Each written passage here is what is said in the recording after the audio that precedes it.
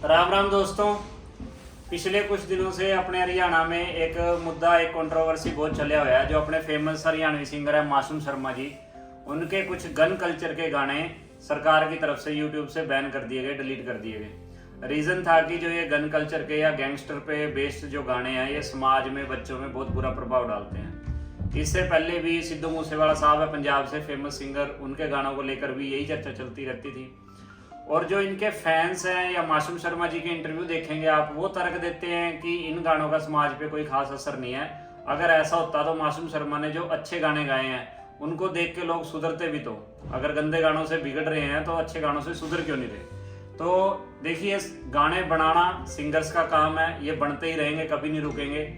सरकार ने इनको अलाउ करना या बैन करना वो उनके हाथ में है, इसमें अपना कोई कंट्रोल नहीं है। लेकिन एज ए टीचर, एक टीचर होने के नाते हमें इस बारे में ज़रूर चर्चा करनी चाहिए कि असल में इन गानों का बच्चों पर असर है या नहीं है, या कितना है। और एक पेरेंट होने के नाते, माता पिता होने के नाते आपकी क्या जिम्मेवारी बनती है, कैसे आप इन गानों से, इनके प्रभाव से बच्चों को बचा सकते हैं, या क्या आपको उपाय थोड़े करने चाहिए। तो चलिए इस वीडियो को स्टार्ट करते हैं।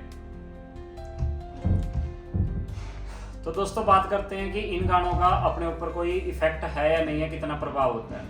इसके लिए आप खुद एक तजुर्बा अपने ऊपर करके देखें, एक प्रैक्टिकल एक्सपेरिमेंट करें। आप अगले 15 से 20 दिन, एक महीने तक जो ये गन कल्चर के गाने हैं, अग्रेशन वाले गाने हैं, जो गैंगस्टर वाले गाने हैं, आपने ये सुबह शाम जब भी आपको टाइम मिले, जितना टाइम मिले, ये आपने गाने सुनने हैं। आपने गाने सुनने हैं, उनके साथ उसकी जो वाइब है गाने की, उसको फील करना है और उन गानों को बिल्कुल महसूस करना है आपने।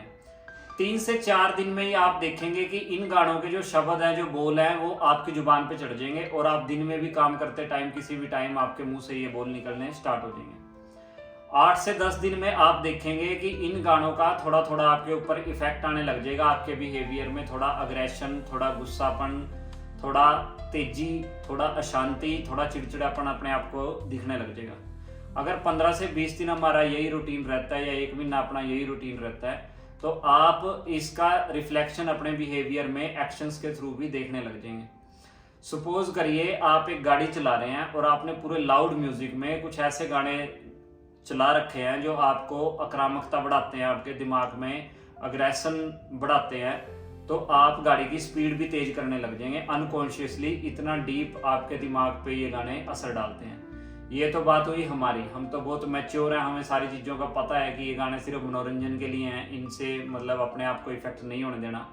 अब अगर एक बच्चे की बात करें तो 5, 7, 10 या 15 साल का बच्चा, कोई टीनेजर जब इन गानों को सुनता है, इन गानों की वाइब में खो जाता है, फील लेता है, तो 100% उस बच्चे के दिमाग पे इन चीज़ों का असर पड़ता ही पड़ता है। इसमें कोई दो राय है ही नहीं। कुछ लंबे टाइम तक अगर ये गाने सुने जाएं तो ये बच्चे के बिहेवियर में आपको बहुत ज़्यादा नेगेटिव चेंजेस देखने को मिलते हैं। आजकल जो टीनेजर्स में, 11-12 के लड़कों में जो छोटी छोटी बातों पे लड़ाइयाँ, ईगो, अहंकार, क्योंकि इन गानों के बोल ही इस तरह से होते हैं जो खुद को ही सर्वश्रेष्ठ दिखाते हैं, अपने आप को ही बड़ा दिखाते हैं। तो वो चीज़ें धीरे धीरे माइंड में सेट होनी स्टार्ट हो जाती है, बिहेवियर में सेट होनी स्टार्ट हो जाती है, जो कि एक बहुत बड़ी बिहेवियरल प्रॉब्लम बन के बच्चों के आगे आ जाती है।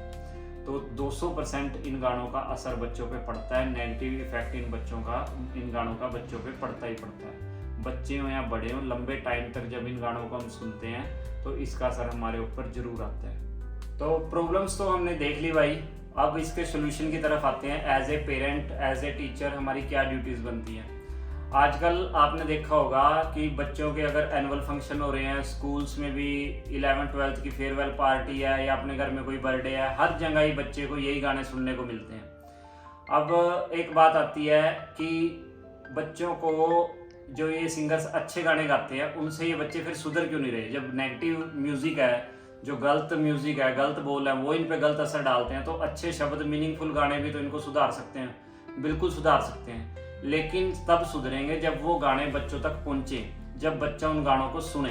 असल में होता क्या है, जब बच्चा यूट्यूब खोलता है, टीवी खोलता है, या इंस्टाग्राम पे कोई रील देखता है, मोस्टली उन गानों को वायरल किया जाता है, वो गाने वायरल होते हैं, उन पे ही ज़्यादा कंटेंट मिलता है। फ़ोन खोलते ही बच्चे के आगे वो गाने आते हैं जो ज़्यादा गन कल्चर पे बेस्ड हैं। अगर अच्छे गानों को प्रमोट किया जाए, अच्छे गाने उनके आगे आए, तो बच्चा उसी जोनर के गाने सुनने स्टार्ट कर देगा, उसको उसी तरह का टेस्ट डेवलप हो जाएगा।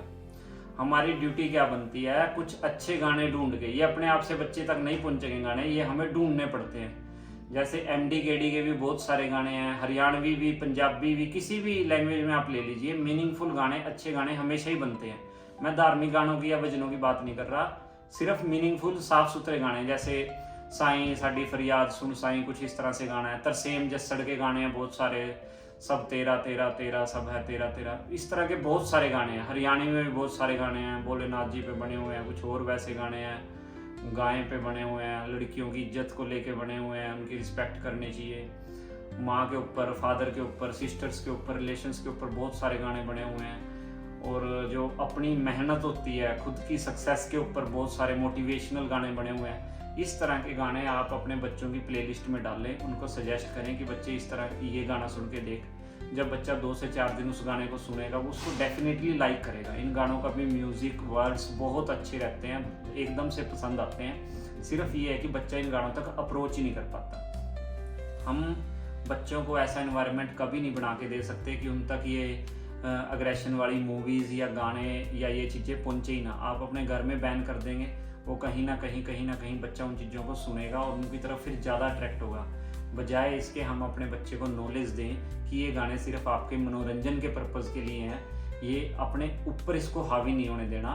और उसके पैरेलल में हम थोड़ा सा, जैसे मॉर्निंग का टाइम है, कोई धार्मिक संगीत जो भी आपके घर में है, भजन वगैरह या जो भी चीज़ें चलती हैं, उस तरह का माहौल हो। दिन में आपने मौज मस्ती के लिए चलो कुछ टाइम के लिए गाने सुने, उसमें भी हम मीनिंगफुल गानों को प्रेफरेंस दें। हम कहीं गाड़ी में सफ़र कर रहे हैं, कुछ अच्छा म्यूज़िक सुने और बच्चों को, परिवार को सुनाएं, तो बच्चों में उस तरह का टेस्ट डेवलप हो जाता है। और ये जो चीज़ें हैं, ये फिर कम से कम जो है प्रभाव जो है बच्चों पे डालने नहीं। तो ये था मेरा छोटा सा मैसेज इस वीडियो के जरिए। इस पे आप थोड़ा प्रैक्टिकली अपना एक्सपेरिमेंट करके देखिए, तजुर्बा करके देखिए और अपने बच्चों को कुछ अच्छे गाने जो हैं वो सजेस्ट कीजिए। धन्यवाद।